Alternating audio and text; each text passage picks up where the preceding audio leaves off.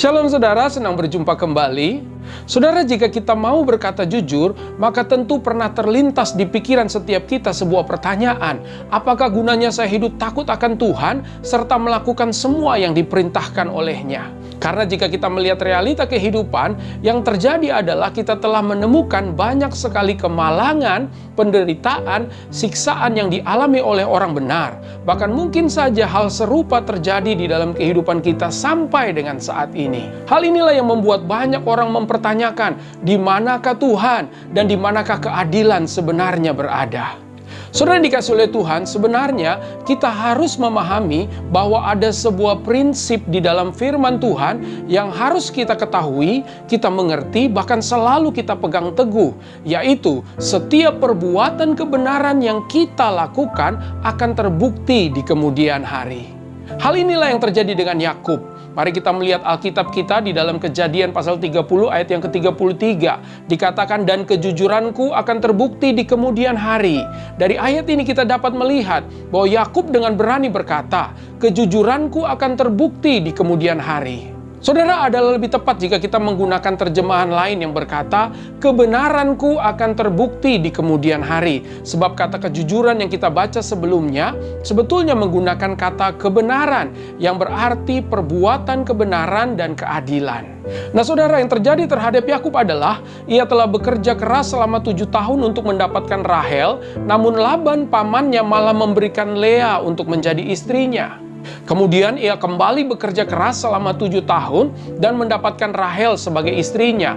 Tentu kita bisa memahami bahwa ini bukanlah perkara yang mudah dan waktu yang sebentar. Namun selanjutnya Yakub masih bekerja selama 6 tahun di tempat Laban dan menjadikan Laban sangat kaya. Namun tetap saja Yakub menerima dan mengalami ketidakadilan. Saudara, betul Yakub menghabiskan waktu yang sangat lama dalam ketidakadilan. Namun Yakub menyadari bahwa itu semua adalah harga yang harus ia bayar setelah ia melarikan diri karena telah mencuri hak kesulungan Esau saudaranya. Oleh sebab itu saudara, dalam kehidupan ini kita memahami bahwa kita telah melakukan banyak kesalahan. Bahkan kesalahan-kesalahan yang besar yang kita sesali. Itulah sebabnya kita juga mengerti bahwa kita pun akan diperhadapkan dengan situasi yang serupa. Yaitu kita harus menerima konsekuensi dan membayar harga yang sangat mahal. Namun jika kita telah berupaya dengan keras untuk melakukan apa yang benar sebagai wujud dari perubahan hidup atau pertobatan kita, maka bukanlah tidak mungkin kita tetap dapat mengalami situasi ketidakadilan tersebut, bahkan situasi penindasan. Nah saudara, sebagian di antara kita mungkin ada yang telah memulai dan menjalani pola hidup sehat. Sebagian ada pula yang telah meninggalkan kebiasaan-kebiasaan buruk seperti kemabukan, perjudian, perzinahan, ikatan kuasa kegelapan, penipuan, kedendaman, perseteruan, dan segala kejahatan lainnya. Namun tetap saja kita diperhadapkan dengan situasi ketidakadilan. Karena itu mari kita belajar dari pengalaman dan perjalanan kehidupan Yakub.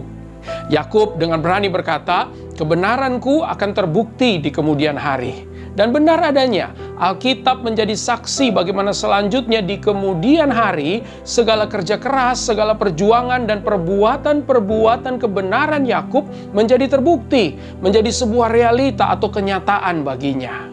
Nah saudara, Yakub menjadi sangat berhasil. Ia berhasil mengembalikan apa yang ia curi dari Esau. Ia berhasil kembali ke tanah leluhur ayahnya. Ia berhasil memiliki keluarga yang sangat diberkati dari generasi ke generasi. Dan yang lebih penting, melalui pergumulan yang berat bersama Allah, ia berhasil dibentuk dan diubah oleh Allah menjadi sebuah bangsa yang besar, yaitu Israel, di mana Allah kembali melanjutkan rencana keselamatannya yang memiliki dampak luar biasa yang bisa kita saksikan sampai dengan hari ini kepada semua orang di dunia. Kesimpulan kita saudara, jika Yakub mengalami kebenaran ini, jika Yusuf mengalami kebenaran ini, jika Daud mengalami kebenaran ini, bahkan Tuhan Yesus juga membuktikan kebenaran ini, maka kita pun dapat mengalami dan membuktikan kebenaran ini. Karena itu saudara, mari kita ucapkan kebenaran ini bersama-sama dengan iman yang teguh.